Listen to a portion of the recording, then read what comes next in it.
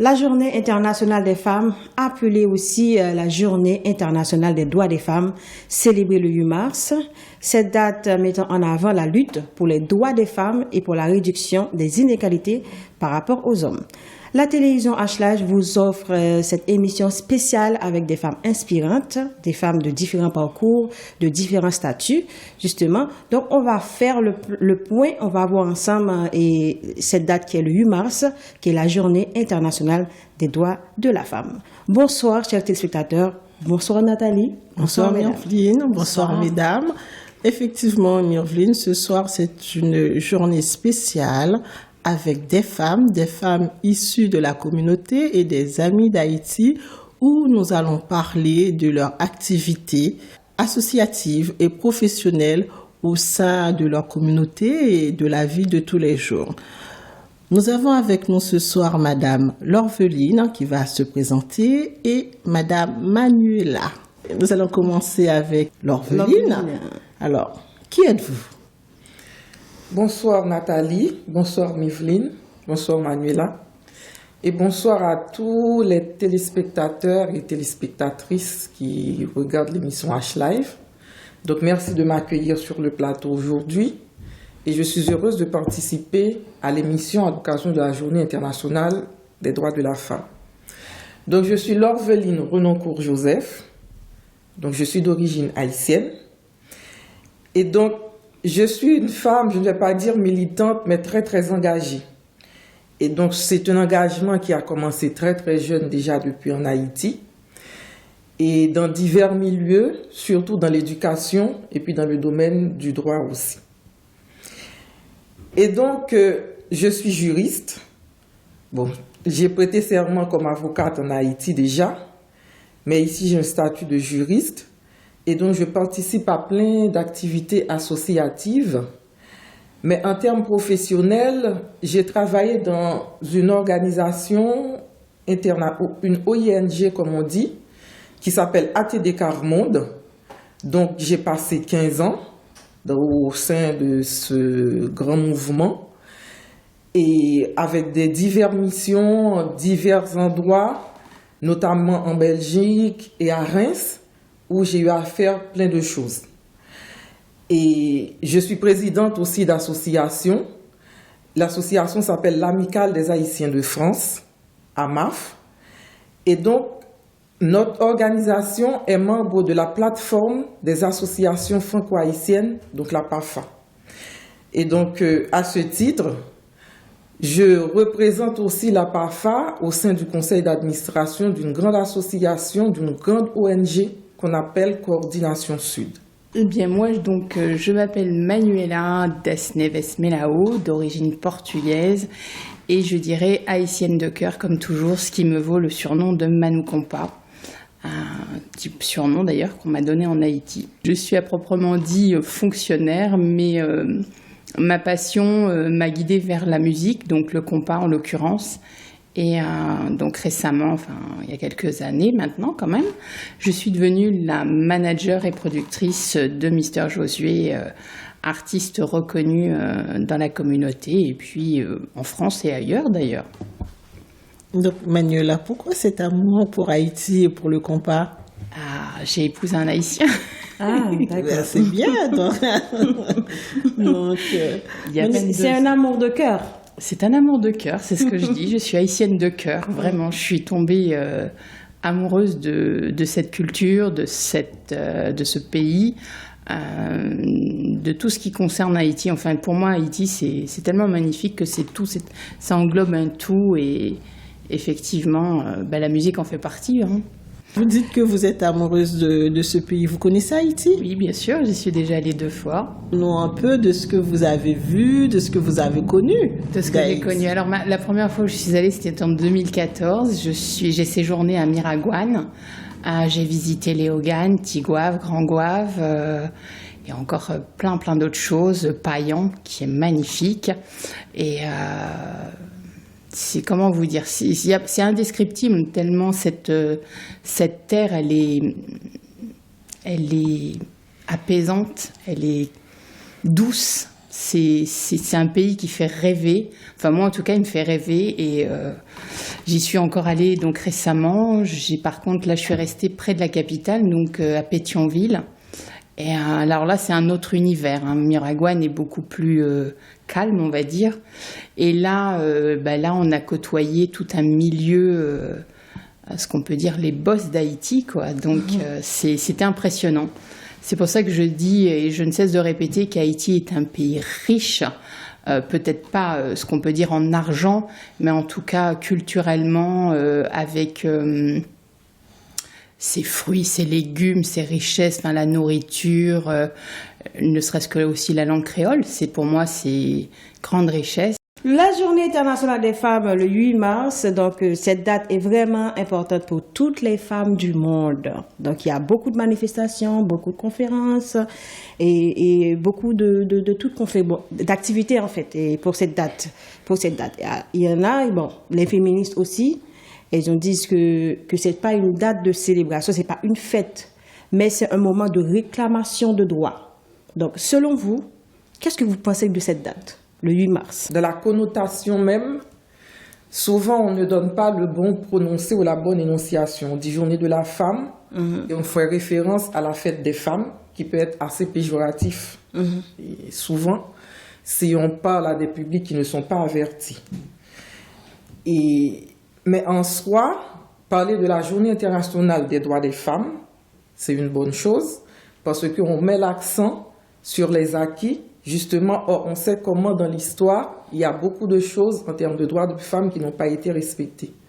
Et donc, c'est dire que la moindre petite chose, le moins petit droit auquel les femmes, la moindre petite chose à laquelle les femmes ont droit aujourd'hui, ça a été une série de luttes, ne serait-ce que parler du droit de vote, ne serait-ce parler que ouvrir un compte, qui sont des choses aujourd'hui qui paraissent ordinaires, mais ça a été au terme de différents combats et de luttes. Et donc, on salue toutes ces femmes qui ont mené ces combats aux différentes années.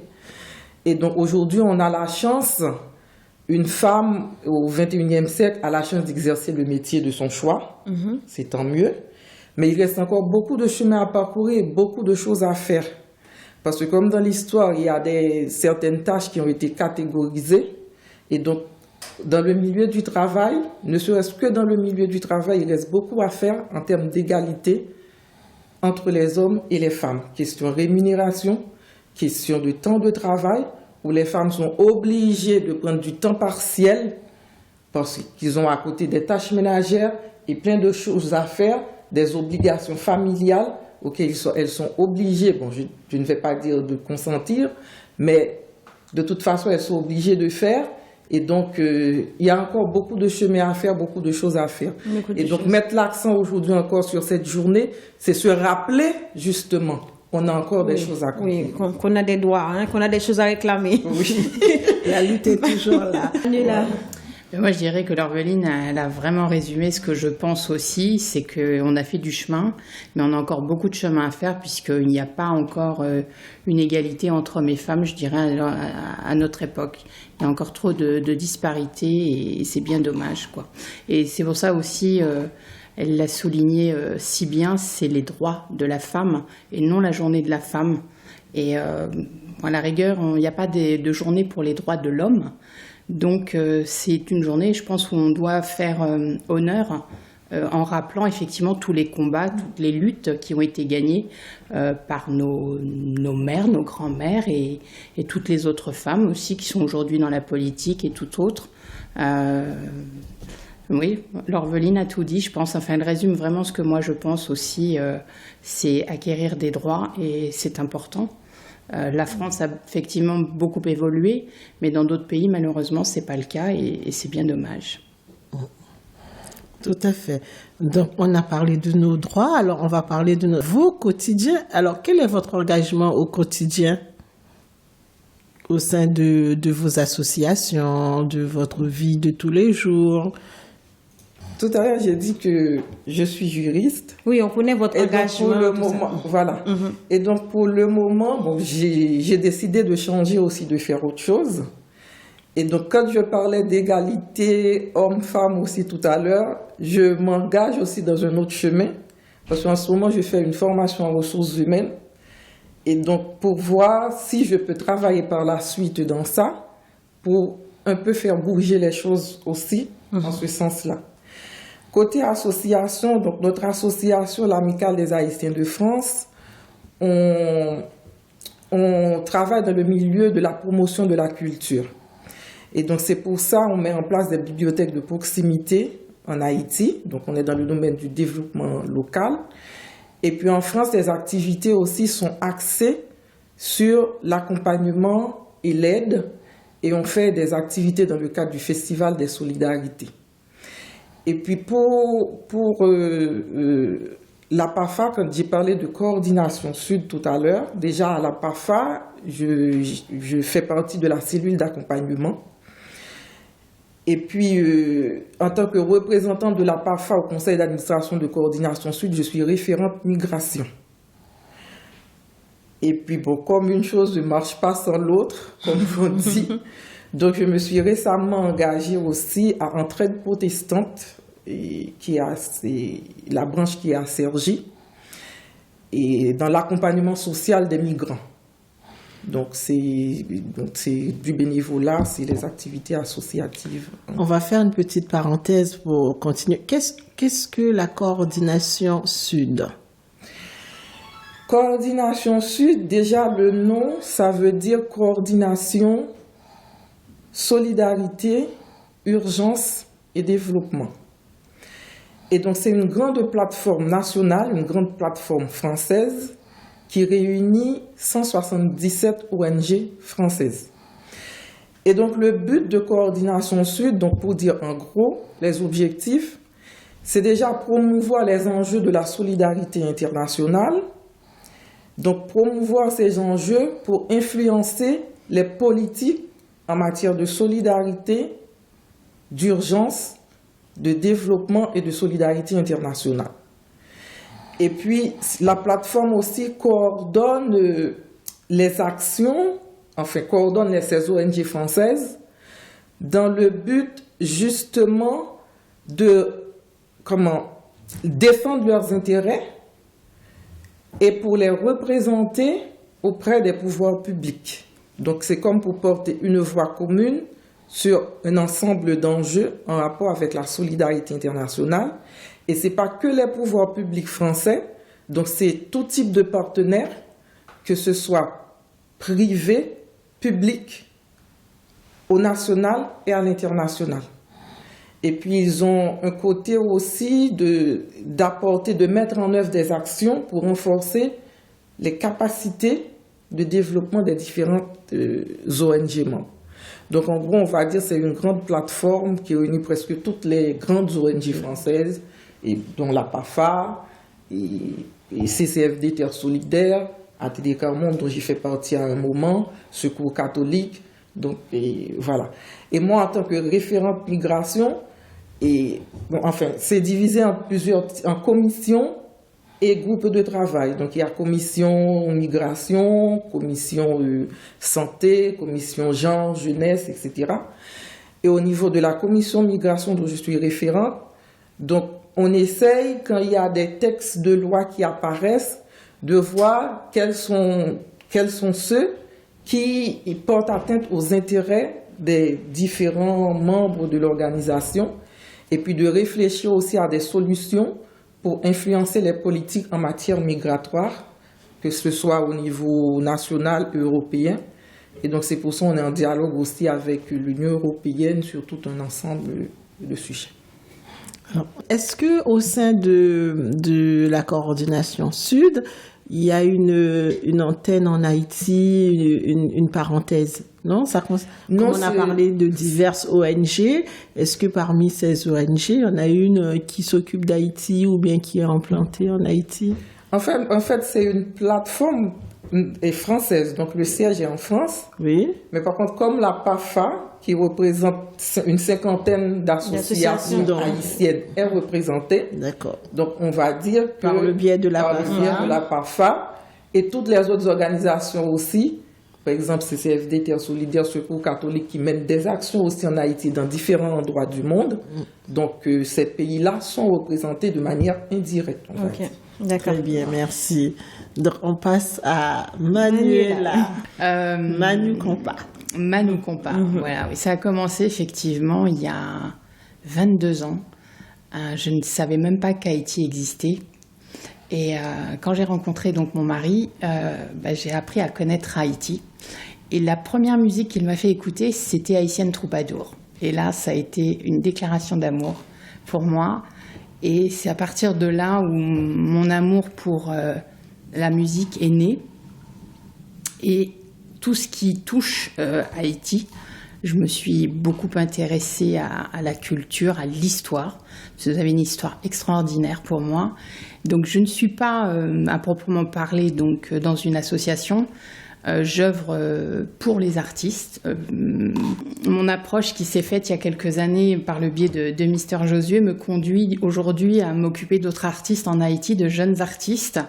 Et voilà pourquoi, enfin, dans quoi je vais œuvrer prochainement, c'est dans ce sens, quoi. C'est dans la musique, faire découvrir des jeunes talents, surtout ouvrir ces frontières qui existent pour ne pas être qu'une catégorie caribéenne, mais vraiment mondiale. Bon, visité les États-Unis récemment et quand on voit comment ils sont implantés, on se dit qu'en France, on devrait être aussi au même niveau et j'espère pouvoir œuvrer dans ce sens, enfin, pas à titre associatif, mais professionnel, quoi.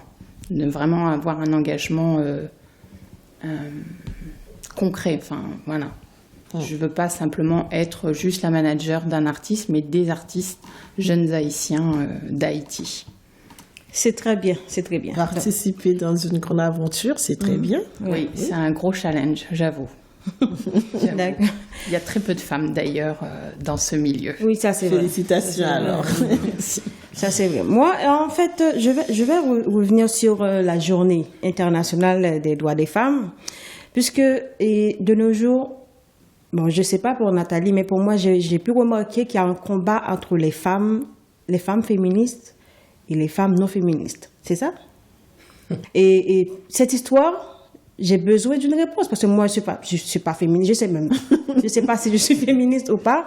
Donc là, maintenant, le combat, ce que je voulais dire, c'est que le combat, c'est pas entre les femmes et les hommes. Il y a aussi un combat qui mène entre les deux femmes, les femmes féministes et les femmes non féministes. Pourquoi ce combat?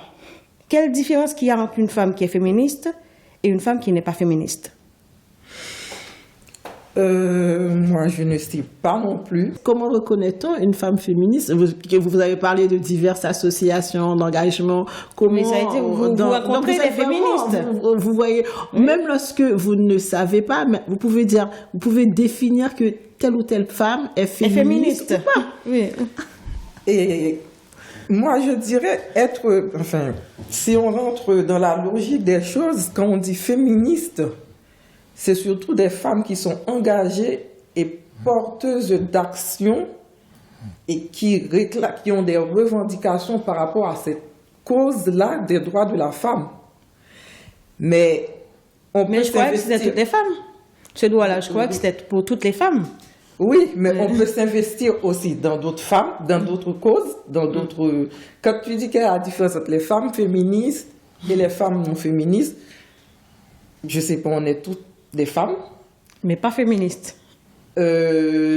Féministe, je pense que c'est un engagement beaucoup plus ancré dans certaines convictions. Okay. On porte certaines choses et on est beaucoup plus militant. C'est pour ça, tout à l'heure, j'ai dit que je ne vais pas utiliser le mot militant.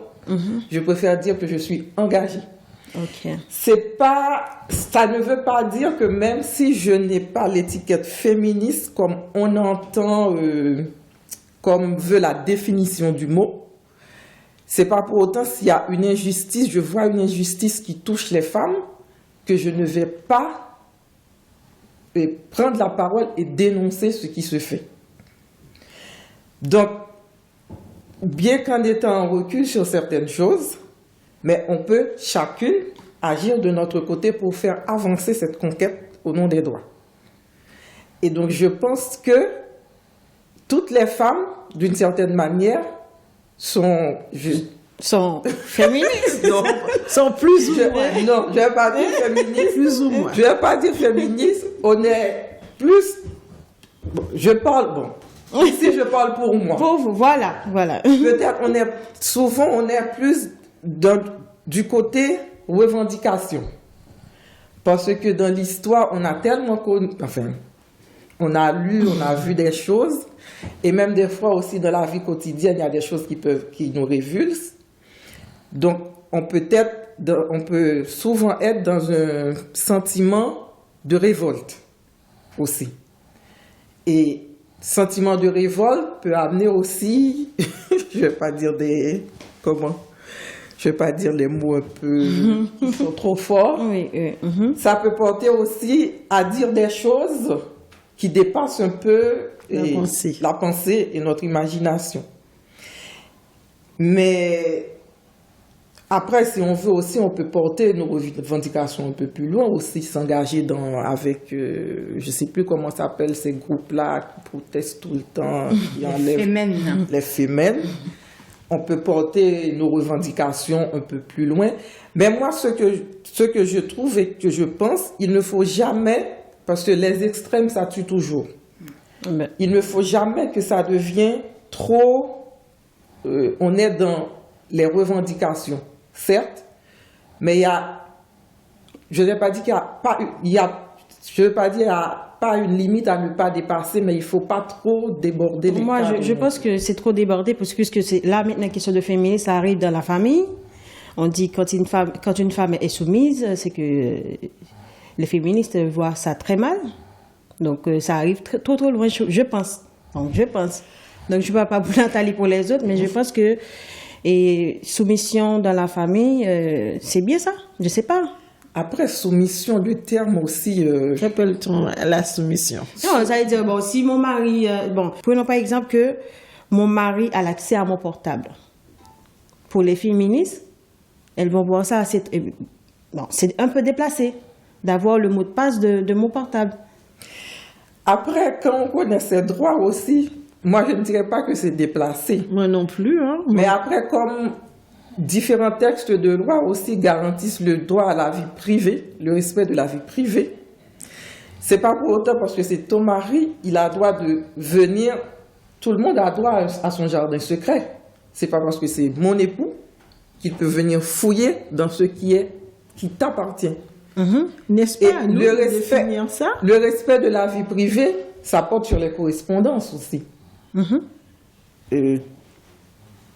On reçoit un courrier, c'est à moi d'ouvrir mon courrier. Elle dit, mon mari n'a pas le droit de fouiller. Après, je ne sais pas les relations. Qu'il y a dans chaque famille. Lovely, si je pose la question, moi, j'aimerais savoir, en fait, et les rôles des féministes et les non-féministes. Donc, ça ne veut pas dire que c'est ma vie ou c'est votre vie, ou bien c'est la vie de Nathalie, mais j'essaie de comprendre le combat des féministes et les combats des non-féministes. Oui, mais les féministes aussi, s'ils réagissent par rapport à ça, peut-être c'est pas pour rentrer dans le cadre privé de la vie privée et familiale, mais peut-être c'est en référence à certains textes de loi aussi, en référence à certaines conventions internationales, je pense que les États ont signé et ratifié, et qui disent que toute personne a droit au respect de sa correspondance, de sa vie privée. Et donc, par rapport à ces textes-là, on peut estimer que si quelqu'un ose aller ouvrir un courrier qui t'était destiné, sur lequel était écrit ton nom, peut-être il y a une violation du respect du droit au respect de ta vie privée et le secret de correspondance.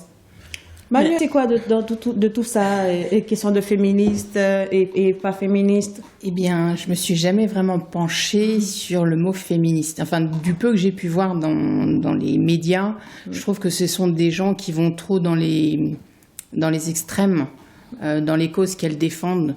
Moi, je n'ai pas l'impression qu'elles donnent une belle image de la femme malgré tout. On est des individus à part entière et je pense que... Alors, vous parliez de soumission. Moi, je ne suis pas quelqu'un de soumise. Je m'affirme, je suis engagée, indépendante, autonome.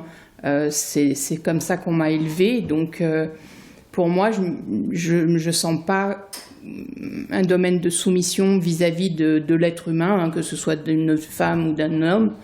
Donc, le peu que j'ai pu voir de ces combats, en l'occurrence les Femen, j'ai du mal à comprendre.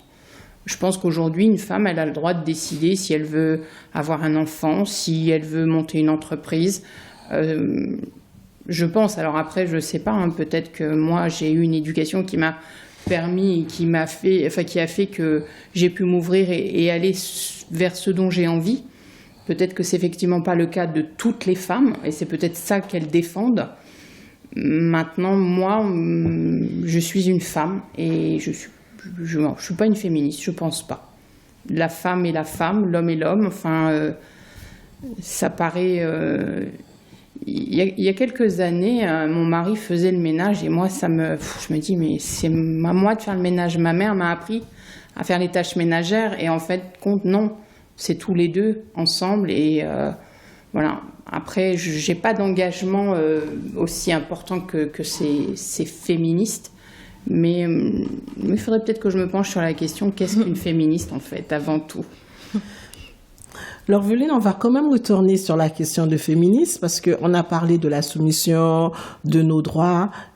Jusque-là, je suis d'accord. Mais on a oublié de dire aussi que dans tout ça, même les femmes féministes, au sein de leur famille, il y a aussi une barrière, une certaine liberté. Ta liberté s'arrête là où la mienne commence, d'accord? Mais il y a aussi le dialogue dans le couple. Alors, effectivement, dans un couple, quelqu'un peut avoir un courrier, mais dans la mesure qu'il y a un dialogue, une autorisation, je ne suis pas là, et que c'est un courrier familial, je pense, même en étant féministe, la personne peut autoriser l'homme ou la femme à regarder ce courrier, tout en étant féministe.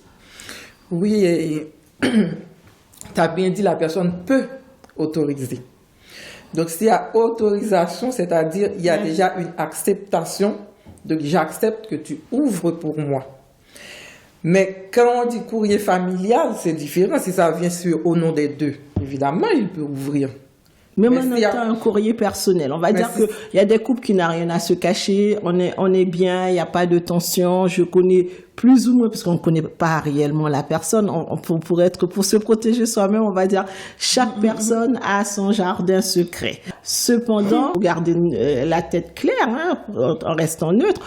Moi, je ne suis pas féministe. Moi, dans mon entreprise, il y a pas mal de femmes, plus ou moins, on parle souvent de ce type de choses, mais qui, je peux dire, selon moi, sont féministes, mais qui sont très libres avec au sein de leur famille, ça les dérange pas que X ou Y, une femme ou un homme, regarde le courrier dans la mesure que les deux sont d'accord ou bien ont un droit de regard sur l'autre. C'est surtout ça. C'est pas que moi, tu me commandes et moi, je ne peux rien dire.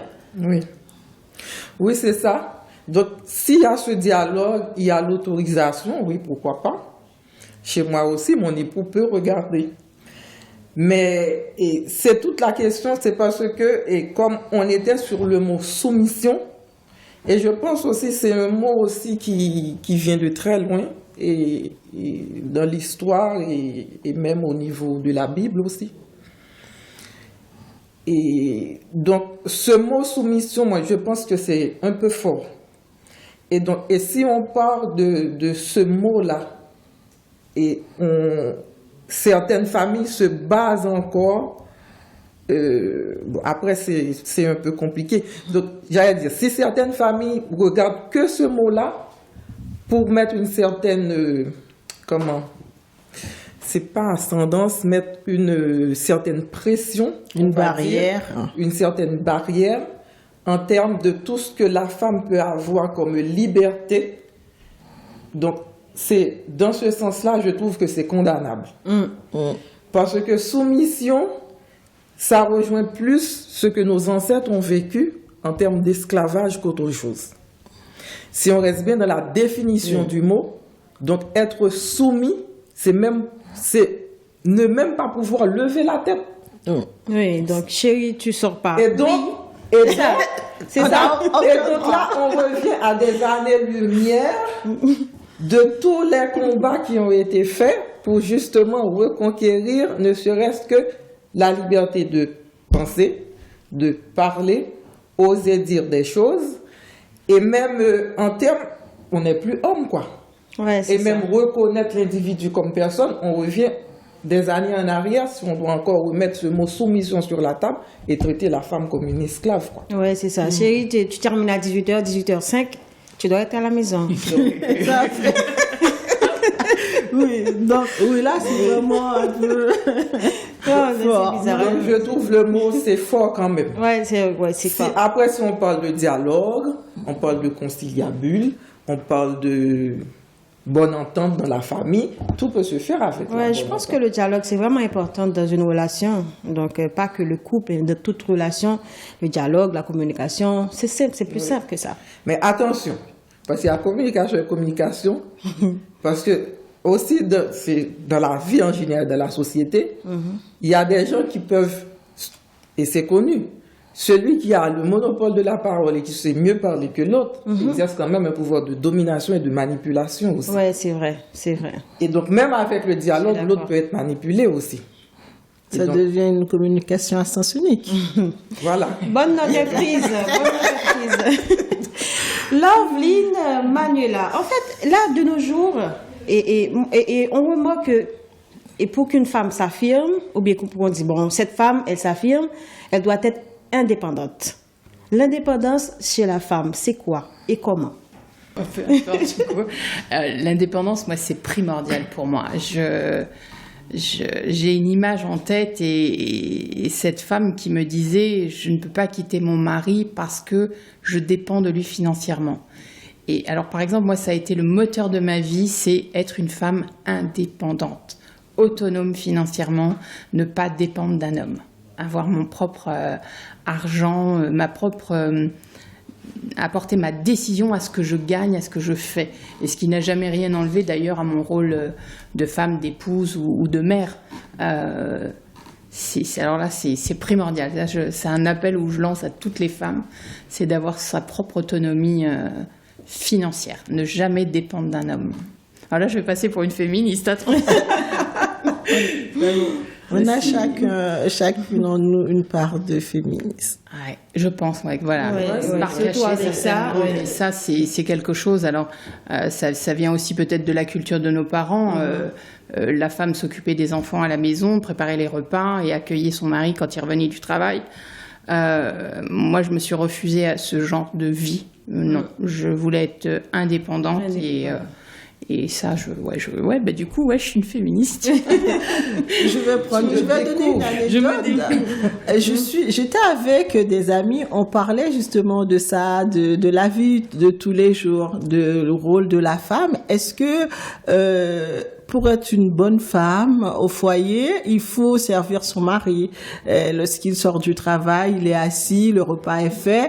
Est-ce que les femmes, on doit, lui amener son assiette, enlever ses chaussures, alors que tout est fait. Est-ce que la participation, le rôle de la femme, comme vous parlez, donc après vous allez reprendre à la question de Myrvline, hein, mais pour rebondir sur votre autonomie, avoir l'indépendance, est-ce que également une femme autonome qui est aussi, on va dire, tout en étant indépendante, mais est-ce que le mari aussi n'a pas un rôle au sein de la famille si tout est fait, se servir, faire la vaisselle? Ce n'est pas une obligation, mais ne doit-il pas participer à certaines tâches? Bien sûr. C'est même, enfin, de nos jours, je pense que c'est normal. Moi, je trouve avilissant une femme qui va aller retirer les chaussures de son mari ou le servir comme si que c'était un roi. Ça, je ne l'accepte pas, je le comprends même pas d'ailleurs. Et si c'est par affection? Et si on élève le doigt et on le fait par affection? Mais lui aussi peut le faire par affection pour nous. Enfin, voilà, pour moi, c'est à double sens. C'est autant l'un que l'autre. Surtout si on est deux personnes qui travaillons, on a besoin aussi de se sentir soutenu. Si encore plus, d'autant plus nous, si on est mère, on a besoin du soutien de l'homme, enfin du papa, pas uniquement du mari. Donc, enfin voilà, moi après, c'est peut-être pas un débat que je vais lancer, mais non, on doit être dans un certain sens à égalité. Si tu fais pour moi, je fais pour toi. Et c'est pas juste la femme. Enfin, après, il y a un rôle. Moi, alors ma culture portugaise, du coup, me porte défaut parce que je ne l'accepte pas. La femme n'est pas soumise à l'homme pour s'occuper de lui. Enfin, voilà. Il y a le devoir de la femme, de l'épouse, ce qui est normal. Il y a le devoir de la maman envers ses enfants, mais pas. Je sais pas du coup si je m'exprime bien, mais là, moi, je ne voudrais pas de terme de soumission. Je ne l'accepterai pas, quoi. C'est juste impossible, en fait. C'est clair. C'est un partage entre deux personnes qui s'aiment. Donc, nous partageons la vie, donc nous partageons tout. Les tâches ménagères, la vie de tous les jours, les sentiments également. Exactement. Laureline, Oui. vous pensez quoi? Je suis assez d'accord avec ce qu'a dit Emmanuela. Et donc, il faut, oui, chercher l'équité dans tout. Et je pense, et heureusement, aujourd'hui, il y a beaucoup de choses qui ont changé. Donc, ce temps où les femmes devraient tout faire et encore se rabaisser à faire plein de choses, donc c'est révolu. Bon, certes, on peut, comme elle a si bien dit, Emmanuela, on peut servir par amour, faire sa tisane si elle est fatiguée. Mais ça doit rester aussi dans un sens, aussi moi aussi, et je sens que je porte beaucoup de choses. J'ai besoin de soutien, justement. Et même si on parle aussi d'autonomie, d'indépendance financière, et n'oublions pas qu'il y a les charges aussi de la famille quand on est marié et qui doivent se faire aussi, qui doivent être portées par les deux époux dans le cadre du mariage, par les deux personnes. Et que, parce que je dis ça parce que je sais aussi qu'il y a des familles où, justement parce que la femme revendiquait d'être indépendante et autonome, et l'homme délaisse aussi toutes les charges financières. Et que c'est la femme, en plus de tout ce qu'elle fait comme tâche ménagère, qui doit tout assurer aussi pour payer les besoins de la famille. Donc ça aussi, c'est à renverser la vapeur aussi, et à toujours rappeler que dans un mariage, dans un couple, que c'est une obligation légale justement que les charges, l'éducation des enfants, ça se fait à deux. Ça se fait à deux. Ça se fait à deux. Mais du coup, il y a les cultures, parce que c'est pas ce que moi j'ai perçu quand j'ai voyagé en Haïti. C'est d'ailleurs quelque chose que j'ai trouvé extraordinaire. J'en parlais avec Guy Wewe et je lui disais on était au restaurant et il nous a invités. Et je lui dis non, c'est à nous de payer aussi. Et il m'a dit je ne serais pas un homme et encore moins un Haïtien si je vous laissais payer l'addition. Oui, c'est comme ça. Là-bas, c'est culturel. Un homme entretient une femme. Et du coup, c'est délicat quand on est en Europe. On n'a pas forcément ce rapport de force avec les hommes haïtiens, en l'occurrence en France, où ça va être, non, tu payes ta part, ou limite, c'est toi qui payes tout seul, quoi. Donc, il y a toujours ce problème de culture. Et ça m'avait beaucoup marqué lors de mon séjour, quoi. Alors, il y en a qui viennent avec cet esprit-là, où ils s'occupent d'une femme, et ça ne les désavantage pas parce qu'elles travaillent, elles sont autonomes, c'est le plaisir de donner aussi à sa femme. Et ici, en France, ça commence à changer. Les femmes haïtiennes, je pense qu'elles se révoltent un peu. Oui, c'est ça. Je pense que ce n'est pas généralisé en Haïti non plus, ça. Parce qu'il y a des femmes qui travaillent, qui sont autonomes et qui participent à part égale aussi dans ce qui se fait. Mais c'est vrai culturellement, et je vais plus dire... Bon, est-ce que, comme les choses ont changé aussi en Haïti, et ça reste un peu la culture et surtout plus de galanterie qu'autre chose.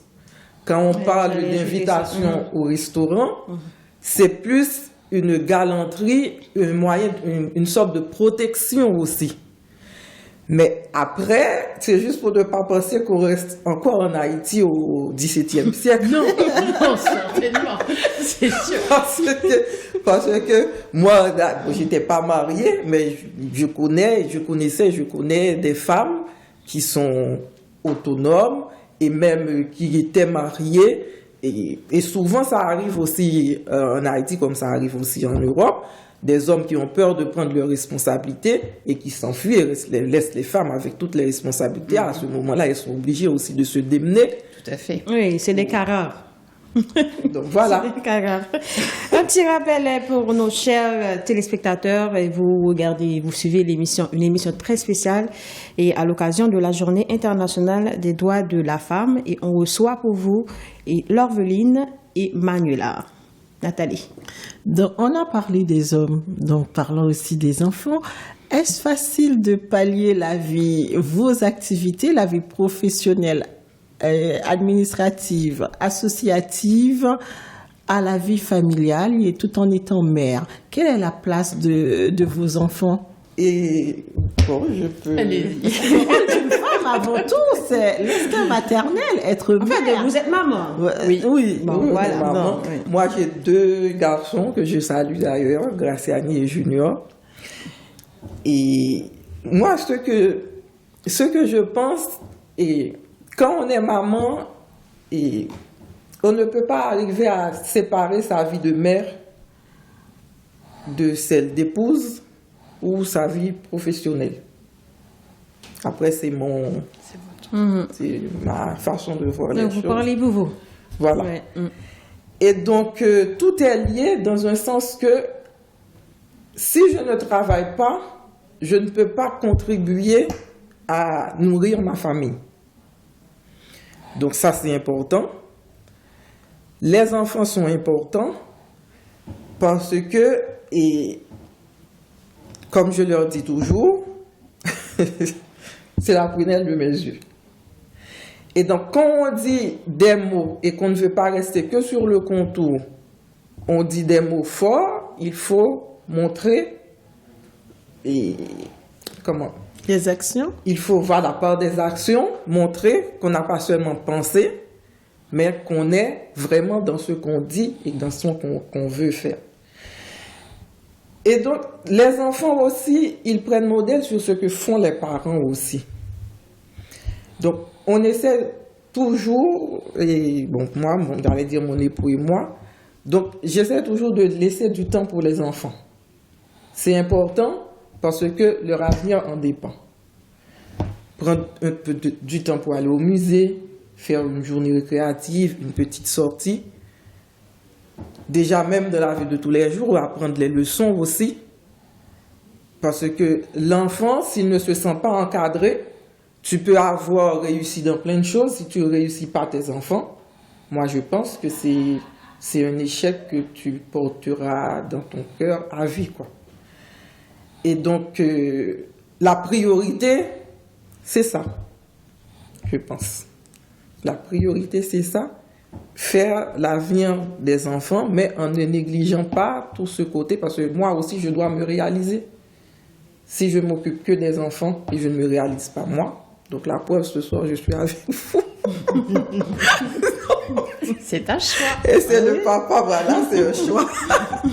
Et c'est le papa que je remercie et que je salue d'ailleurs, qui s'en occupe. Et donc, on va dire, donc, il faut ça aussi. Donc, c'est pour ça qu'on parlait de partage des tâches, pour que les choses s'équilibrent aussi dans la famille, pour le bonheur des enfants aussi. Très bien.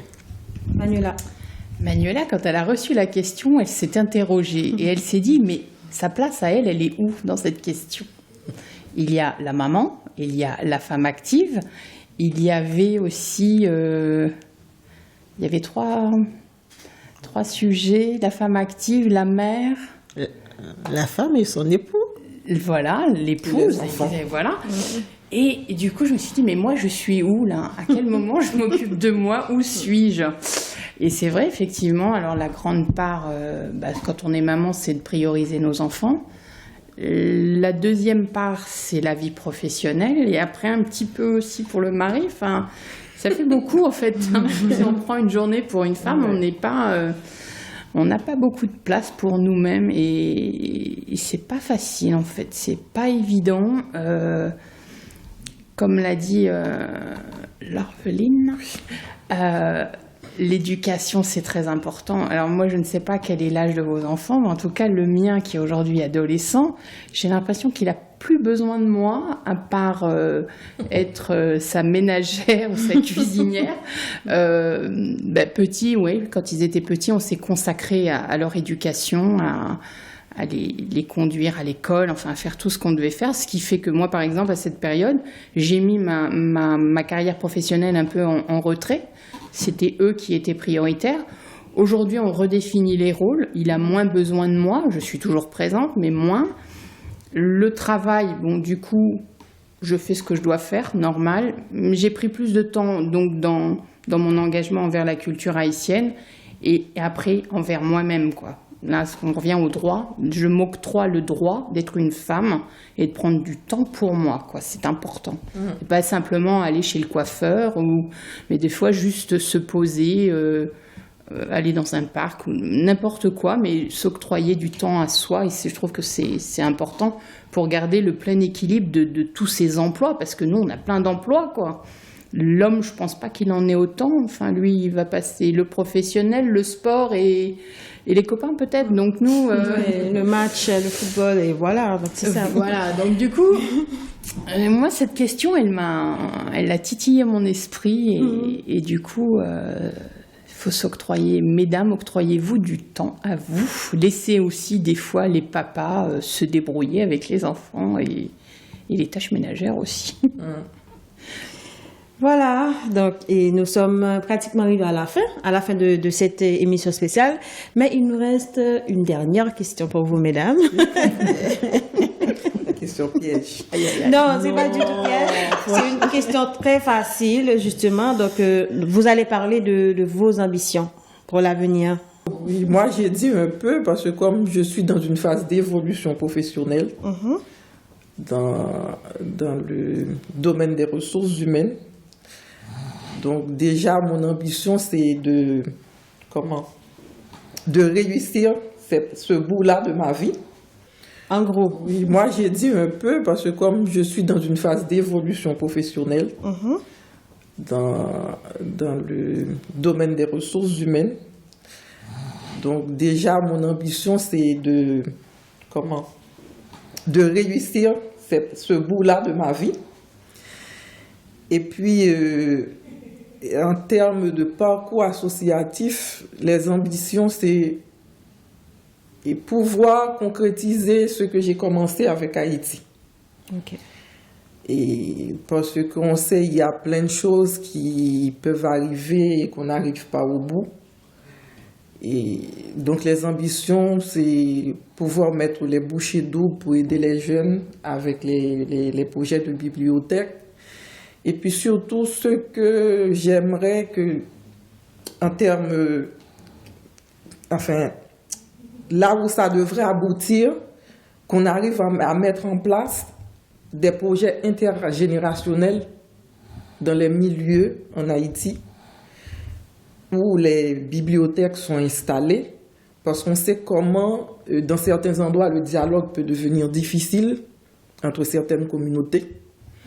Et donc, arriver à mettre ça en place avec les jeunes, promouvoir des espaces de talent intergénérationnel, ça, ce serait quelque chose, si j'arrive à faire ça, on arrive à faire ça avec toute l'équipe, que ce soit ici en Haïti.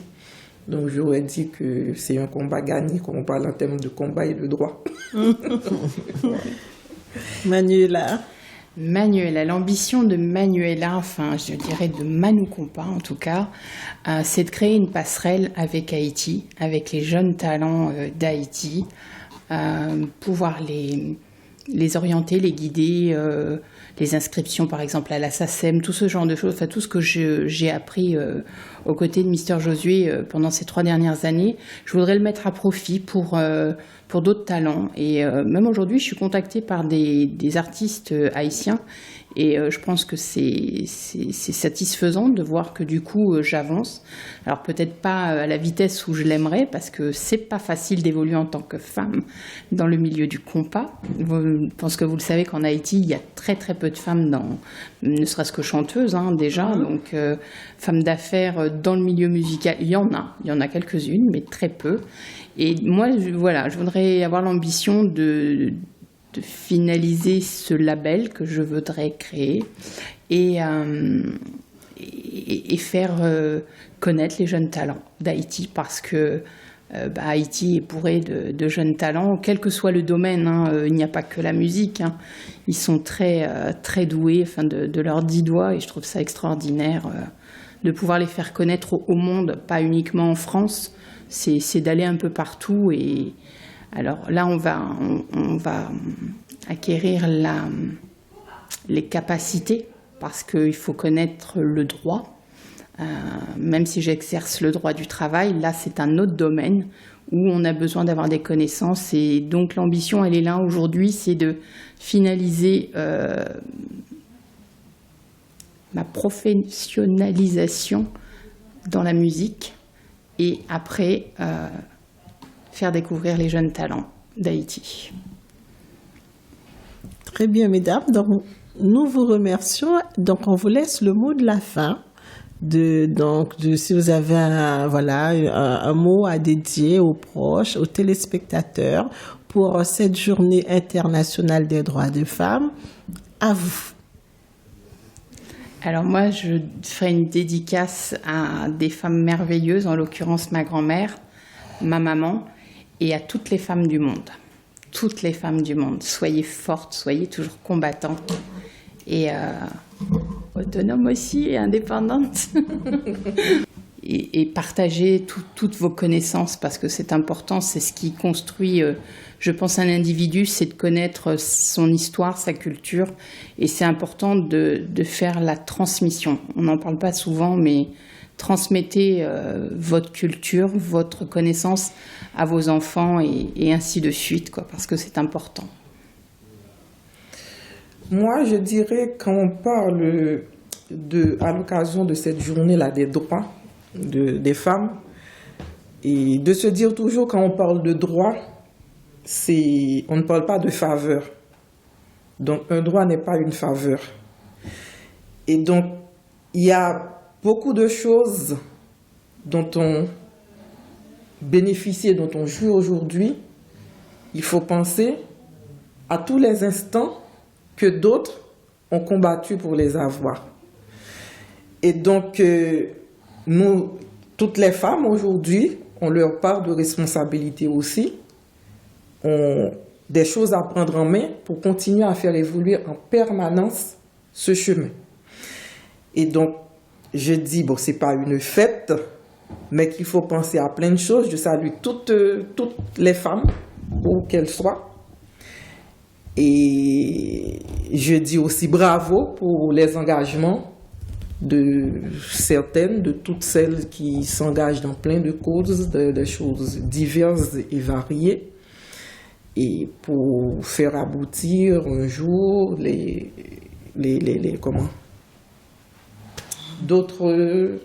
pour amener d'autres conquêtes et d'autres victoires. Donc c'est le mot de la fin. Très bien, mesdames, nous vous remercions de votre participation à cette émission. Et Myrvline, nous allons prendre une pause et nous revenons pour la deuxième partie. Merci à vous. Merci. 8 mars, c'est une affaire de femmes. 29 avril 2022, date choisie par l'équipe de Grâce Productions et H-Live TV pour honorer les femmes actives modèles, 2e édition. 30 femmes ont été nominées, 20 sont sélectionnées. Après délibération d'un jury impartial, 15 femmes seront nommées, honorées et défileront sur tapis rouge dans un gala exceptionnel au Salon La Palme le 29 avril prochain, 18h à Bobigny. Et oui, le moment est venu de leur rendre un vibrant hommage et les féliciter de leurs efforts face aux inégalités de la société. L'icône de la musique haïtienne sera de la partie. Emeline Michel, dans une ambiance survoltée, à nul autre pareil. Admission 50 €. Tenue de soirée exigée? Grâce Production, Bien sérieux.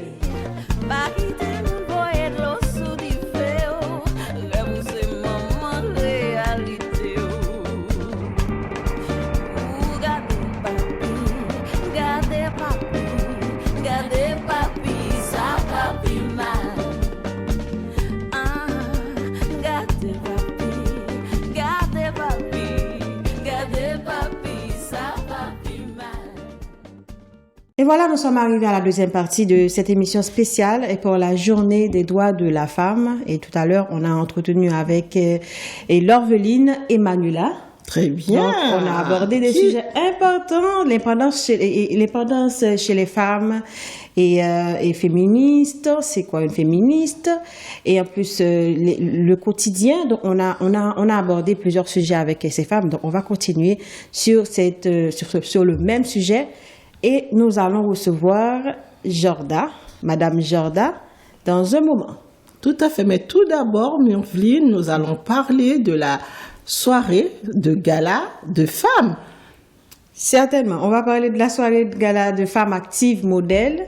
Et cette année, ce gala ou bien cette édition est organisée par Grâce Productions et H-Live TV. Tout à fait. Alors, donc, Femmes Actives Modèles, c'est un projet de Grâce Productions, donc qui a pour objectif d'honorer différentes femmes inspirantes, actives, tout ça. Donc, cette année, nous aurons 15 femmes à honorer. Et voilà, donc, on aura Émilie Michel. Ben, j'ai dit le nom. Notre grande dame qui sera j'ai dit le nom vite fait. L'invité d'honneur. L'invité d'honneur. De cette soirée, donc, de gala, qui aura lieu. La soirée de gala est de Femmes Actives Modèles ou bien la remise des prix Femmes Actives Modèles, c'est au Salon La Palme. L'adresse est 90 avenue Henri Barbus, 93 000 Bobigny. Donc c'est à Bobigny. Donc on a accès, on a à pied, on a tram, on a bus en privé, bon c'est encore mieux. Donc c'est très accessible. Alors normalement cette soirée elle aura lieu mardi 8 mars. Non.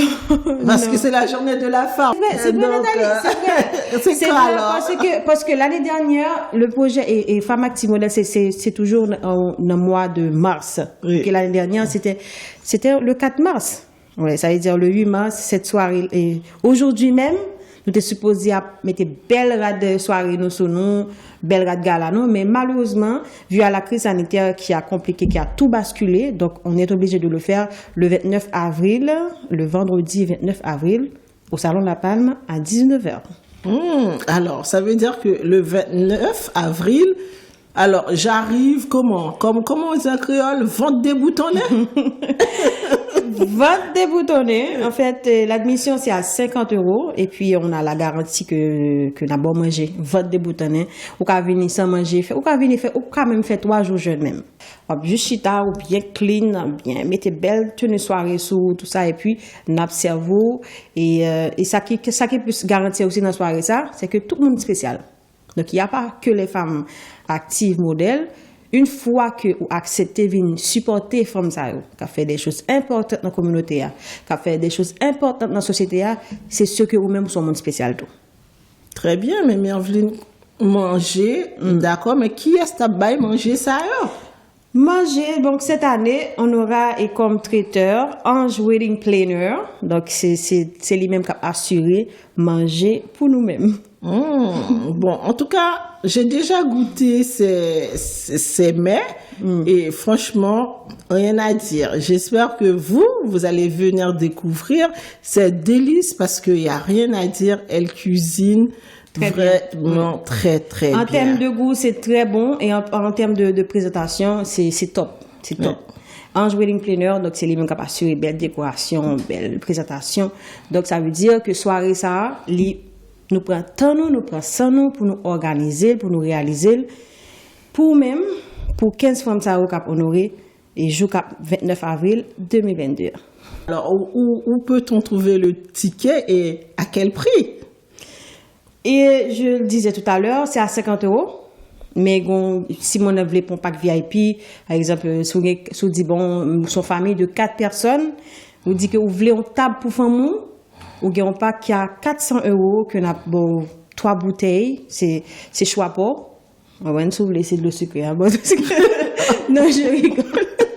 On bombe ton bouteille de l'eau sucrée. Oui, donc si Nathalie dit ben besoin on table pour 4 personnes, ça veut dire si Nathalie pas boire alcool. Moi-même là pas boire alcool, là boire alcool quand même. D'abord 3 bouteilles, ça veut dire que et nous capable on champagne, on l'autre boisson alcoolisée et puis nous capable on baille comme si son coca ou bien on l'autre jus que vous même vous pouvez choisir. Donc ça c'est pas que VIP hein. Après, pour nous capables de faire réservation, nous gagnons un bisouk. C'est au moins en ligne que nous capable de faire réservation, capable d'acheter ticket. Après, nous gagnons un restaurant aux ananas. Et ou capable de vendre des tickets partout, donc à 50 €, ou bien si c'est pas VIP. Et numéro de téléphone, non? 06 05 95 77 29 et puis le 06 22 84 00 67. On va reprendre pour vous, hein, on n'est pas pressé, hein, on n'est pas pressé, journée de la femme, on est tranquille. Bon, pack VIP pour 4 personnes, donc c'est 400 € pour plus 3 bouteilles. Et moyen de réservation, c'est Bizouk. Moyen de réservation en ligne, c'est Bizouk. Et restaurant aux ananas, donc qui c'est dans 68 ouais. Rue Édouard Vaillant au Bourget, 93 350 le Bourget. Voilà, donc pour toute réserve et information, donc le numéro de téléphone c'est 06 05 95 77 29. Le deuxième numéro c'est le 06 22 84 00 76. Très bien. J'étais très lente. Oui, je pense que les gens ont pu noter les informations nécessaires pour venir participer, soutenir les actions des femmes modernes le 29 avril à 19h. Ce qu'il faut dire, sans vous, il n'y a pas de soirée de gala. Alors, vous aimez X, Y, ce sont des femmes qui sont très engagées dans la communauté, pour laquelle que vous avez beaucoup d'admiration, pour laquelle chacune de ces femmes-là ont leurs fans. Donc, vous pouvez venir les soutenir, les encourager dans leurs diverses activités. Nous comptons sur votre présence. Je pense qu'on peut dire la liste aussi. On peut dire la liste des femmes qui... Oui, tout à fait. Cette année, la liste de 15 personnes à honorer cette année, bon, nous avons Emeline Michel, c'est notre invitée d'honneur. Et nous avons Huguette Marcelin, qui est juriste économiste. Nous avons Gigi Beljour, animatrice de la radio RSI. Nous avons Kissita Cleaner, qui est artiste. Nous avons Pasteur Ousline Foglas, qui est pasteur. Oui. Nous avons Gina Hippolyte. Nous avons Gina Hippolyte qui est présidente de Jeunesse Éternelle. Nous avons Juste Lou qui est un entrepreneur. Et McJonet Boutis qui est entrepreneur. Après, qui d'autre? Nous avons Aldine Pierre qui est conseillère départementale de Saint-Denis, je crois. Oui. Humaine Danger, donc c'est la présidente du comité et Miss Prestige. Ouais, nous avons Stéphanie Larieux qui est belle et jolie Stéphanie Larieux, qui est présentatrice, qui est directrice de Radio Fonfon Musique. À qui nous saluons, hein? Oui. Salutations à toi, Fonfon. Et puis, je pense il y a Nicole André. Oh my God. Oh, Maniki. Nous avons Nicole André, donc, qui est aussi présidente d'une association. Et puis, pour l'événement du 29 avril, donc, c'est la deuxième édition de Femmes Actives Modèles, organisée par Grâce Productions et H-Live TV, donc, au Salon La Palme, qui se trouve au 90 avenue Henri Barbus, 93 800. Bobigny. À Bobigny. Donc, admission 50 €, repas inclus, et puis nous aurons comme traiteur Ange Wedding Planner. Et pour les packs VIP, on commence des 4 personnes avec 400 € et plus 3 bouteilles. Et vous pouvez faire les réservations, c'est sur Bizouk, en ligne c'est sur Bizouk, ou bien chez Aux Ananas Restaurant qui se trouve au 68 rue Édouard Vaillant, 93 350 Le Bourget. Maintenant, Nathalie, on enchaîne avec notre invité Jorda. Bonsoir Jorda et bienvenue à l'émission. Bonsoir Merveline, bonsoir Nathalie. Bonsoir Jorda. Alors, qui est Jorda? Alors, je suis Kombo Jove Jorda, une jeune fille de 21 ans. Je suis actuellement en formation professionnelle en boulangerie-pâtisserie et je suis la secrétaire administrative de l'association Jimpa qui est membre du PAFA. C'est très bien. Donc là, Jorda, bon, c'est la journée internationale des droits de la femme. Donc ça représente quoi pour vous? Pour moi, en fait, ce n'est pas une journée comme les gens ont souvent proclamé comme la journée de la femme, mais c'est la proclamation des droits de la femme, l'insertion des droits de la femme dans la société, en fait. Voilà. Très bien. Alors, pour une jeune fille de 21 ans, alors, est-ce que au sein cette journée-là, ce matin, est-ce que vous avez évoqué avec vos copines, copains, cette journée, leurs engagements, les actions, les avancées qui ont été faites grâce à cette journée internationale? Oui, exactement. Cette journée, pour moi, et pour d'autres de mes copines, en fait, c'est une journée qui symbolise, en fait, on va dire en un peu plus petit terme, l'imposition de la femme dans la société, en fait. Parce que si vous voulez, avant, la femme n'avait pas droit à certaines choses, à certains privilèges, mais de nos jours, la femme essaie un peu de s'imposer dans la société, s'il faut dire. Vous êtes féministe? Je suis pas vraiment féministe, mais je suis quelqu'un, je respecte, j'ai des valeurs et des principes toujours à faire respecter, en fait. En fait, c'est quoi une femme féministe? Quelle différence qu'il y a entre une femme féministe et une femme non féministe? Bon, je dirais que pour moi, une femme féministe, c'est une femme qui est vraiment à cheval, qui est ancrée dans ses principes, qui ne se laisse pas dicter certaines choses, en fait, qui garde sa vision que pour elle et qui n'attend pas vraiment l'opinion d'un homme, surtout dans sa vie. Vous avez parlé, donc actuellement vous êtes en formation. Exactement. En boulangerie. Oui. Et vous êtes aussi très actif au sein d'une association, quel pays? Du Congo-Brazzaville. Voilà, du Congo. Alors, quel est votre engagement au sein de cette association? Alors, mon engagement au sein de cette association est de permettre, parce que c'est une association qui prend en charge des handicapés, et mon engagement dans cette association est de permettre à ces derniers de s'insérer dans la société. Parce que si vous voulez, les handicapés ne sont pas vraiment pris pour compte dans la société et souvent délaissés. Voilà. Voilà, donc on revient sur le sujet Journée internationale des droits de la femme. Exactement. Justement. Donc, selon vous, est-ce que vous avez remarqué qu'il y a un combat entre les féministes et les femmes non féministes? Je dirais que oui, je dirais que non. Tout dépend, en fait. C'est comme je l'ai dit, les femmes féministes, c'est des femmes qui veulent vraiment s'imposer, en fait. C'est des femmes qui veulent vraiment montrer qu'une femme peut faire ce qu'un homme peut faire, en fait. Et il y a de ces femmes qui sont, on va dire, pas féministes, qui s'imposent, mais gardent toujours leur côté femme, en fait. Parce que si vous voulez, pour moi, être féministe ou pas féministe dépend des valeurs et des cultures. Surtout des pays aussi. Moi, en tant qu'Africaine, je sais que la place de la femme n'est pas forcément à la cuisine, mais la femme se doit de tenir sa maison, peu importe son rang social, peu importe son poste, en fait. Et c'est comme ça que moi, je vois les choses. Tout dépend de l'éducation, tout dépend d'où tu viens aussi. Parce que vous allez voir, pour les Français, par exemple, l'enfant a le droit de faire ce qu'il veut. S'il veut, il fait pas les tâches ménagères. C'est pas vraiment important. Tandis que pour nous, c'est vraiment obligatoire qu'une femme sache balayer la maison, faire le ménage, s'occuper de son foyer, même si elle est cadre ou peu importe son rôle, en fait. Elle doit garder sa place là, tout en s'imposant aussi. Il n'est pas dit que si une femme est soumise, elle doit être la oui. Non, elle a sa vie à elle aussi, mais sans pourtant délaisser que c'est une femme au foyer aussi. Dans Gerda, vous avez parlé des coutumes, des traditions familiales. Quand on voit l'évolution de la famille, puisque je pense que normalement, si vous vivez avec votre mère, vous y allez régulièrement, ou bien aussi, il y a aussi la grand-mère, ça fait 3 générations. Est-ce que au niveau du féminisme, vous avez constaté ou vu une évolution entre vous 3 femmes? Entre ma mère, moi et qui, pardon? Votre grand-mère, si elle est là.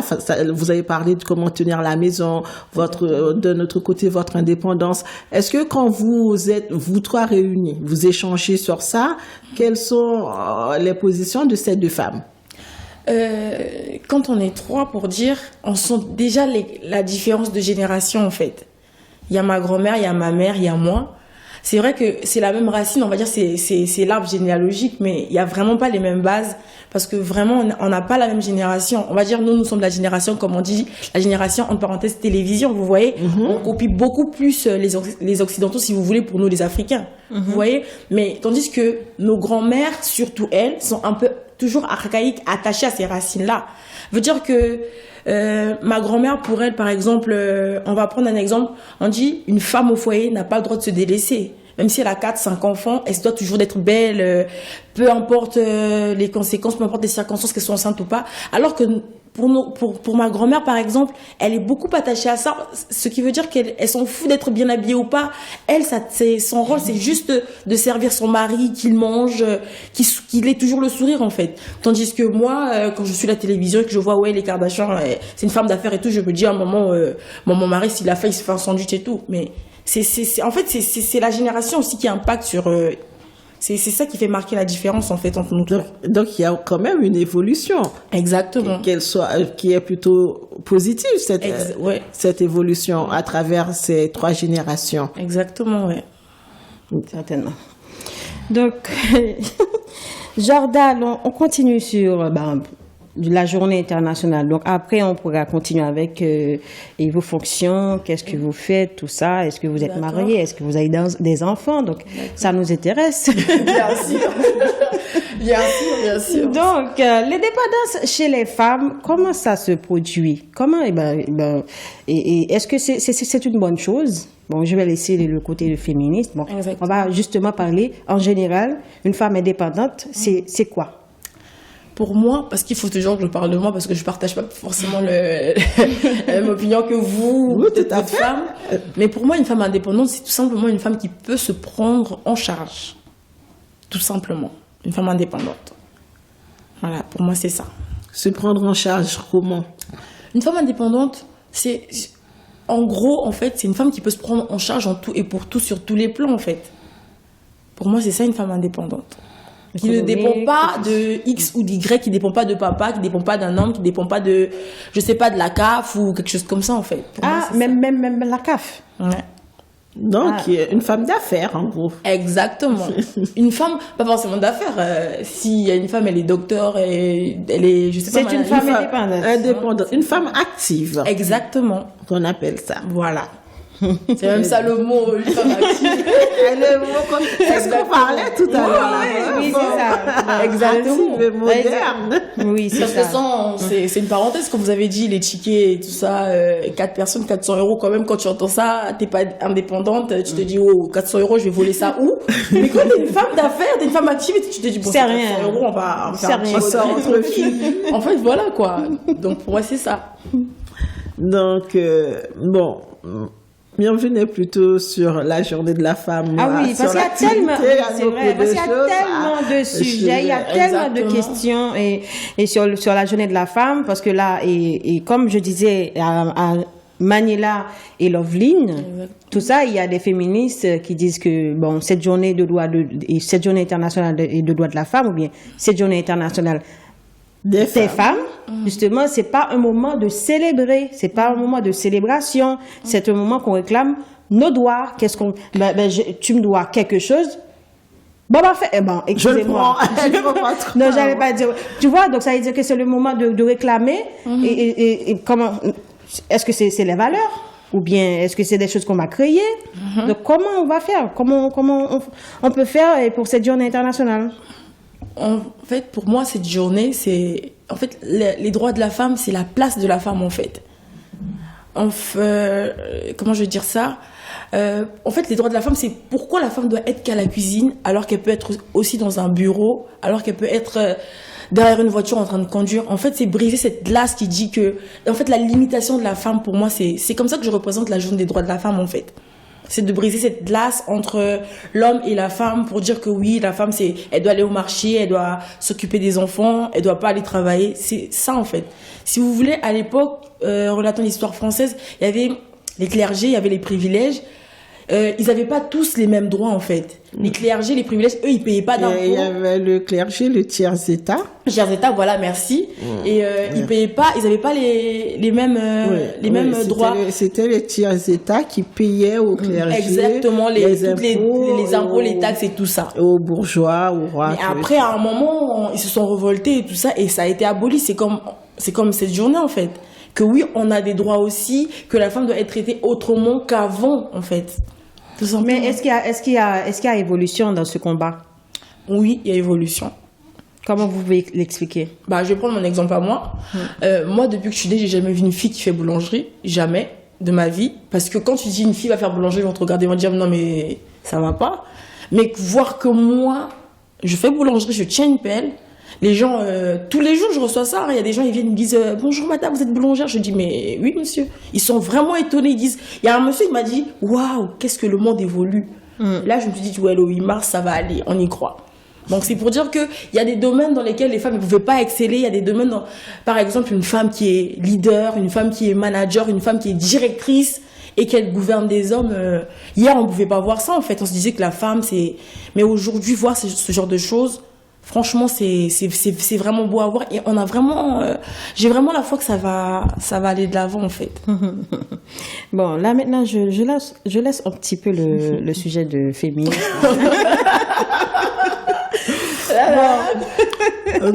Et on va rester du côté professionnel. On va rester toujours dans cet univers. On va parler de l'environnement. Parce que, Jordan, on sait par information que vous êtes très engagé dans l'action climatique. Alors, que pouvez-vous nous dire sur cette action? Concernant le projet Génération Climat, notamment l'association Jimpa dont je fais partie, voulant œuvrer concernant le domaine agricole en fait, dans l'agriculture précisément. Et on veut œuvrer dans l'agriculture en utilisant une méthode agroécologique, qui veut dire tout simplement une agriculture responsable. Cette agriculture responsable consiste tout simplement à faire de l'agriculture, mais en utilisant le moins de pesticides possible ou d'engrais chimiques si vous voulez. C'est ça, c'est vraiment ça, parce que pourquoi on a choisi le domaine agricole, enfin notamment l'agriculture, c'est parce qu'on veut premièrement participer à l'ODD 2, qui est de lutter contre la faim dans l'humanité, dans le monde. Si vous voulez, la famine et les enfants de 0 à 5 ans, on va dire, soit 45% des enfants meurent à cause de la malnutrition. Tout à fait. Et nous avons vraiment à cœur de lutter de participer à la lutte contre cette malnutrition-là. Et comment vous menez cette lutte? Pardon? Comment vous menez cette lutte? Et en élaborant, par exemple, au sein de notre association, le siège qui est à Ouesso, nous avons commencé à, comment on va dire, à entraîner, genre à mettre les enfants dans le bain de l'agriculture, vous voyez, en les apprenant par exemple à labourer la terre, faire de l'agriculture en gros. Cette agriculture, vous avez déjà commencé, est-ce qu'il y a déjà une récolte programmée? Ou bien est-ce que c'est sous serre, ou est-ce que c'est... Comment pourrais-je dire ça? Est-ce un projet ou est-ce que c'est en action? C'est déjà acté. C'est acté. On va dire c'est acté. C'est un projet qui est en cours. C'est vrai que c'est pas un projet facile, mais c'est un projet qui est vraiment qui est déjà en cours et on va dire c'est en cours. Voilà. D'accord. Bon, là maintenant, vu l'urgence mondiale et avec toutes ces catastrophes, est-ce que c'est pas trop tard de mener un tel combat? Bah non, pourquoi? Non. C'est pas trop tard. Tant qu'il y a la vie, il y a de l'espoir. Exact. C'est carrément, c'est vraiment, en fait, c'est le mot magique, en fait. C'est carrément ça. Tant qu'il y a la vie, il y a de l'espoir. Voilà. Exactement ça, ouais. Tant qu'il y a la vie, il y a de l'espoir, ouais. Donc, c'est très bien. Donc, en fait, est-ce que Jordan est marié, quoi? Non. Célibataire? Ouais, je suis un cœur à prendre. Bon, maman, papa, ne regardez pas parce que on a besoin de connaître un peu la vie sociale de Jordan. J'espère qu'ils vont pas suivre la chaîne, ils vont pas suivre là. Dites-nous si vous êtes une fille à maman. Non, je suis vraiment pas une fille à maman. C'est vrai que ma mère elle m'aime beaucoup et je l'aime beaucoup, mais je suis vraiment pas une fille à maman. Une fille à papa? Du tout pas. Je suis une fille à papa aussi, non. Je suis pas une fille à papa non plus, non. Donc, Jordan, ça représente quoi pour vous, la famille? La famille représente beaucoup pour moi. Beaucoup, ça représente tout pour moi, en fait. Ça représente tout, en gros. Ça représente tout pour moi. Alors, je reprends. Jordan, là, vous avez actuellement vos parents. D'accord. Comment vous voyez votre famille dans un futur proche? Comment elle est vague la question, hein, faut. Oui, comment vous la voyez, puisque vous en avez pas. Là, vous avez l'exemple de vos parents, comment vous avez été élevés, mais la vôtre que vous allez construire, comment vous la voyez? J'ai peur en fait. Vous avez peur de quoi? De l'inconnu? J'ai peur parce que quand je vois ce que j'ai fait traverser à mes parents, quand même, quand je vois ce que mes petits ils font, je dis, c'est ça. Je suis vraiment pas pressée en fait, parce que c'est vraiment une lourde responsabilité. Ça demande beaucoup d'efforts, ça demande beaucoup. Ça, on va dire limite, ça épuise vraiment, mais c'est pour la bonne cause, parce que les enfants, c'est la femme fonder une famille, c'est très bien. Mais je sais que ça demande vraiment une grande part de responsabilité. Voilà. Surtout ça, beaucoup d'efforts, beaucoup de travail, surtout beaucoup de maux de tête, mais je sais que ça va aller. Est-ce que vous serez une femme soumise?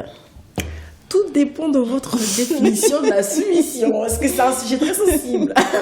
Tout dépend en fait. Tout dépend. Comment vous la voyez, la soumission?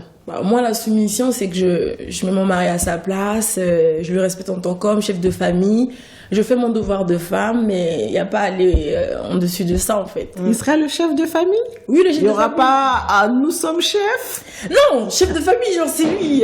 Si un voleur il rentre, c'est lui qui sort, c'est pas moi. Mais, voilà, en fait, il sera le chef de famille, mais il aura pas, c'est pas la dictature, c'est pas la traite négrière en mode, il aura pas des trucs à me dicter si je veux pas, en fait. Parce que moi, j'aime pas la contrainte. Voilà. S'il veut que je fasse un truc, il doit m'avancer ses raisons. Pourquoi? Il peut me dire, par exemple, moi, je suis pas pour ces femmes qui arrêtent de travailler parce que l'homme, il veut pas que tu travailles. Pourquoi tu veux pas que je travaille, en fait? C'est ça. Je peux pas lui laisser ce que je fais, ce que j'aime faire parce que je suis mariée.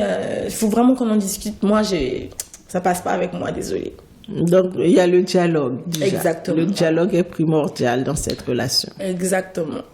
Alors, vous êtes contre, en fait, l'égalité entre les femmes et les hommes et les femmes?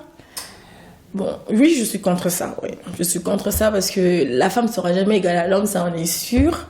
Mais je veux vraiment... Pardon? Pourquoi on ne sera jamais égal à un homme? Parce que si vous voulez, physiquement parlant, surtout, pour moi, je me dis, je ferai jamais à 100% ce qu'un homme fait. Je n'aurai jamais la même endurance qu'un homme, je ne pourrai jamais faire à 100% ce qu'un homme y fait. N'est-ce pas contradictoire à ce que vous nous avez dit tout à l'heure là concernant votre profession? Oui, bien sûr. Qui est vraiment une profession réservée aux hommes. Ouais. Non, mais je pèse bien mes mots. Je dis je pourrais jamais faire à 100%. J'ai pas dit que je peux pas. Hein. J'ai dit je peux pas faire à 100%. Par exemple, la maçonnerie, je parlais plutôt là de l'égalité, le mot égalité par rapport au travail. Ah d'accord. Bah ouais, l'égalité dans le domaine du travail entre hommes et femmes, c'est comme j'ai dit, c'est pas à 100%, non. C'est vrai que je fais boulangerie, c'est un métier d'homme, mais je peux pas faire maçonnerie par exemple. Il y a des femmes qui le font. Oui, il y a des femmes qui le font, mais moi par exemple, je peux pas faire maçonnerie. Vous voyez? Mais il y a des métiers dans lesquels je peux très bien faire, par exemple, moi j'aime beaucoup la plomberie. J'aimerais bien un jour peut-être me lancer, faire une petite formation et tout ça, toucher un peu de ça et tout. Mais l'égalité entre hommes et femmes, surtout dans le domaine du travail, tout dépend vraiment dans le domaine dans lequel nous sommes aussi. Voilà, chers téléspectateurs, chez vous aussi, ces femmes qui nous regardent, on a des questions pour vous aussi. Cette journée des droits des femmes, ça représente quoi pour vous? Ça, c'est la première question. Vous pouvez nous répondre en commentaire, Facebook, YouTube. Et si vous êtes sur Orange, c'est 582. Et Bouygues 702, Orange 582 et Freebox 436. Voilà. Et puis la deuxième question, l'indépendance chez la femme, c'est quoi? La soumission. Est-ce que vous êtes soumise? Parce que la Bible, là, on parle souvent, femmes, soyez soumises à votre mari. Est-ce que la soumission, c'est une bonne chose? Allez, mesdames, on vous attend.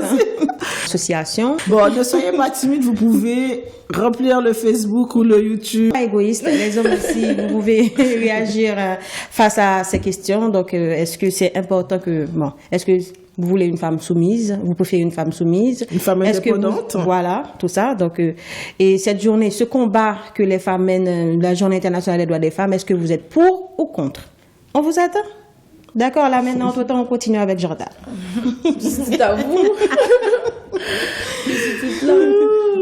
Donc, Jordan, Est-ce que pour vous, c'est difficile de pallier vos diverses activités à votre formation ou à votre vie familiale au sein de votre famille avec vos parents, puisque vous n'avez pas d'enfants, d'être présente pour vos parents, pour la famille en général? Comment vous arrivez à concilier toutes ces tâches? On va dire, je travaille beaucoup. J'ai presque vraiment pas le temps pour moi, en fait, de m'amuser. Non, parce que je me suis fixé des objectifs, je me suis engagée, comme j'ai dit. Et c'est vrai, c'est pas facile parce que j'ai perdu beaucoup d'amis, mais je pallie plus bien mon boulot à ma famille. Genre, après le boulot, je suis à la maison, je profite de mes frères, je profite de mes sœurs. À un moment donné, je vais travailler. Donc, personnellement, ma vie perso, c'est vraiment pas, mais j'ai de bons rapports avec ma famille. Quand je finis de travailler, je suis avec eux. Après, je me retire pour traiter mes trucs avec mes associations et tout ça. Mais c'est pas vraiment facile. Donc, à votre âge, c'est l'âge à laquelle les jeunes filles s'amusent, sortent en boîte de nuit, entre copains et copines. Alors, comment vous faites cette vie sociale? Donc, j'ai bien entendu, vous avez perdu quelques amis, mais quel est votre temps pour vous et vos amis, à part la famille? Prenez-vous le temps de vivre? Bien sûr, je suis jeune, j'ai 21 ans quand même. Alors, j'ai 21 ans quand même. Quand je dis, j'ai pas vraiment le temps de le faire tout le temps, mais dès que j'ai un petit trou, j'hésite pas parce que je suis jeune, faut pas que je m'oublie aussi, quoi. J'ai besoin voilà, je trouve toujours un petit temps. Je me dis, bon, ce week-end, je vais pas trop travailler, je m'éclipse un peu et voilà. Qu'est-ce que vous conseillez à une jeune fille de votre âge qui regarde l'émission en ce moment? Moi, ce que je peux dire aux jeunes filles, enfin, à toutes ces jeunes filles qui me regardent, c'est de se concentrer sur soi, en fait. L'apprentissage est très important. L'apprentissage veut tout simplement dire d'aller à l'école, parce qu'il y a beaucoup de gens qui se disent que la réussite, c'est qu'à l'école et tout ça. Mais moi, je conseillerais à toutes ces filles qui me suivent de faire comment je peux dire, de trouver des trucs à faire, en fait, de pas rester comme ça, de pas compter sur papa ou sur maman, d'être indépendante, en fait. En gros, d'être indépendante, parce que j'ai pas vraiment les mots pour expliquer, mais d'être indépendante, voilà. Alors, Jorda, quelles sont vos ambitions pour l'avenir? Mes ambitions pour l'avenir.